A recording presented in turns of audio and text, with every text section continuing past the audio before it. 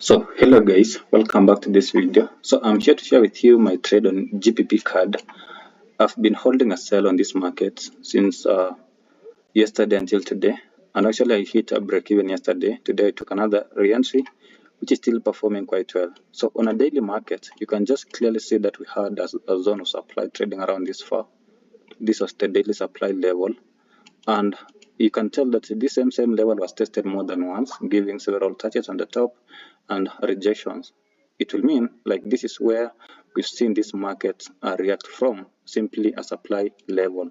So at this point, you can simply tell, if you refine it back to a 4 hours time frame, you'll clearly see that we had a supply level on that far, which was tested initially back last week around there, and has been tested again this week the second time, giving another touch, which simply means like that is where we've seen a retest on the same level. So refining it back to 1 hour time frame as well. On a 1 hour time frame, we had this being the supply initially. If you refine it back there, you can tell simply that that same supply was retested with this beautiful rejection candle around there.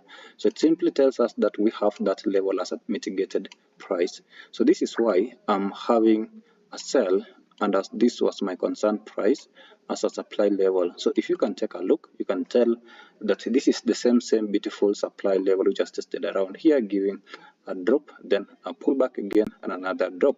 So today I managed to have another running sell, especially from the M15 time frame. We had a clear supply level from the second touch, which simply gave a very beautiful entry model. So you can simply tell that we had the last supply around there, and this is where I'm having my sales running actually around $400, simply about 2% on my 25k account, funded accounts. So it will tell that we had a beautiful supply from that far, liquidity is on this low, and a demand level on this low. So it will simply tell you that at the moment we've seen this beautiful break of structure, confirming our sell expectation to hit back down here.